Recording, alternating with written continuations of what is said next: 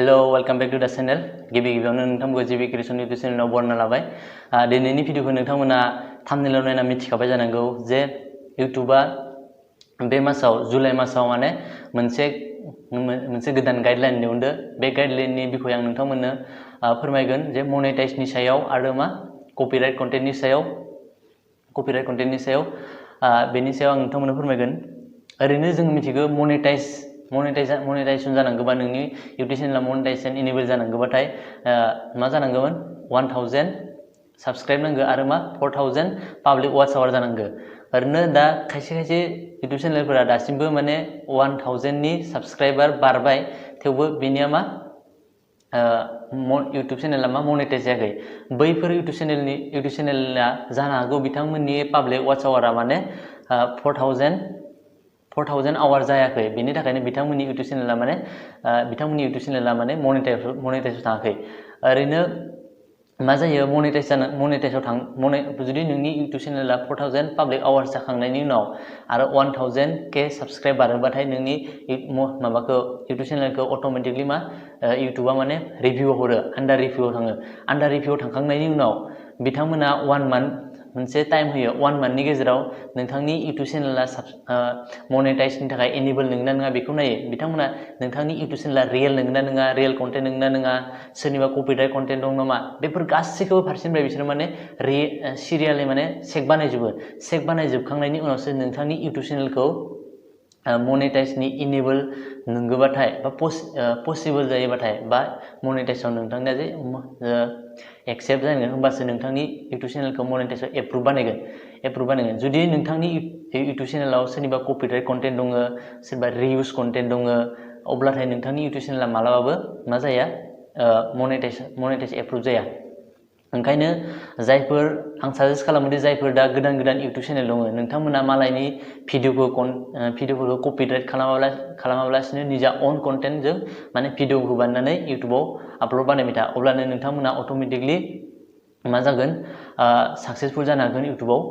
आरो मोनसे गोदान गाइडलाइन ओंखारदो जि नैबे जुलाइ मान्थनि 6 जुलाइआव माने मा ओंखारदों मोनसे गोदान गाइडलाइन।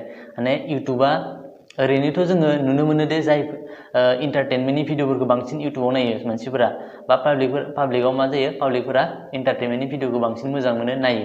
नाथाय नै इउट्यूबनिफ्राय जि मोनसे गाइडलाइन ओंखारदों, नटिफिकेसन ओंखारदों 6 जुलाइआव, बेनि बायदिबाथाय माने दा इउट्यूबआ जायफोर हारसिं अन कन्टेन्टजों माने अन भिडिअ बानायो बा इडुकेसननि पारपसनि सायावनो जा, टेक्निकेलनि सायावनो जा, साइन्स एन्ड टेक्न'लजिनि सायावनो जा, ब्लगिंनि सायावनो जा, जायफोर बिथांमोना अन हारसिं बानायो बैफोर भिडिअखौ बांसिन माने इउट्यूब चेनेला माने रेसपन्स होबोगासिनो दङ।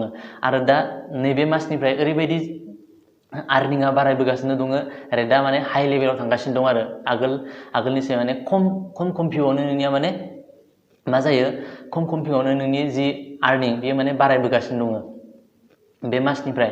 आरो बेनिखायनो माने नोंथांमोना जायफोर गोदान इउट्यूब चेनेल दङ नोंथांमोना साननो नाङा दे आंनिया भिउआरा खमथार दङ, साबस्क्राइबारा खम दङ।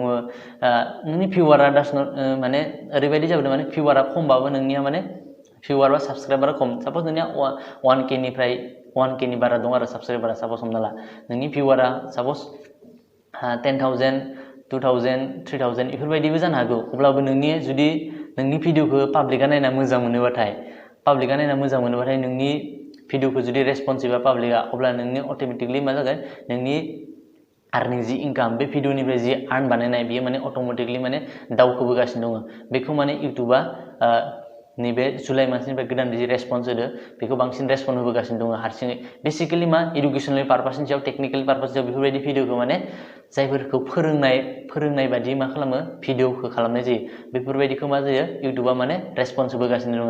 ओंखायनो हायोबा जायफोर गोदान इउट्यूब चेनेल दं नोंथांमोना माने साइन्स एन्ड टेक्निकेलनि सायावनो जा, सोरबा फोरोंनायनि सायावनो जा, बेफोरबायदि निजा अन कन्टेन्ट बानायनानै आपल'ड खालामो, अब्ला नोंथांमोना अट'मेटिकलि साक्सेस जानो हागोन इउट्यूबाव। आरो मोनसे खोथा माने गोदो एसे साननैसो सिगाङाव मा जायोमोन माने मालायनि इउट्यूबनिफ्राय बा माबाखौ मा होनो जोङो 13 सेकेन्ड 8 सेकेन्ड बा 7 सेकेन्ड बा 9 सेकेन्ड बेफोरबायदि जोङो मिउजिकफोरखौ जोङो होयोमोन बा भिडिअफोरखौ जोङो काट बानायनानै जोङो निजेनि भिडिअ मा कन्टेन्टआव सोनो हायोमोन।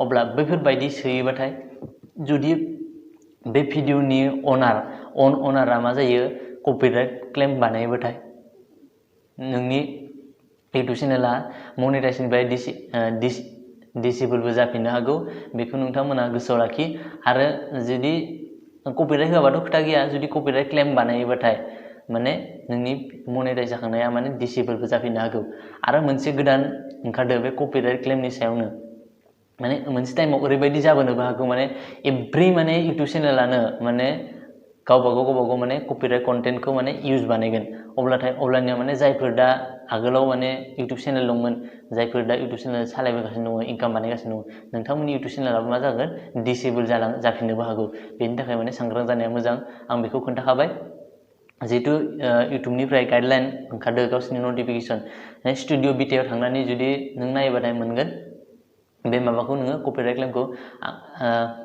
कपिराइट क्लेम जि ओंखारो बेखौ नोंथांमोना नुनो मोनगोन आरो गोबां जाहोन दङ माने फिसा जाहोननि थाखाय माने इउटुबा माने नोंनि मनेटाइज जानायखौ माने डिसेबल खालामनोबो हागौ बेनि थाखाय सांग्रां जानाया मोजां दिनैनि भिडिअखौ बेखिनियावनो दोनथ'बाय गोजोनथों बाय बाय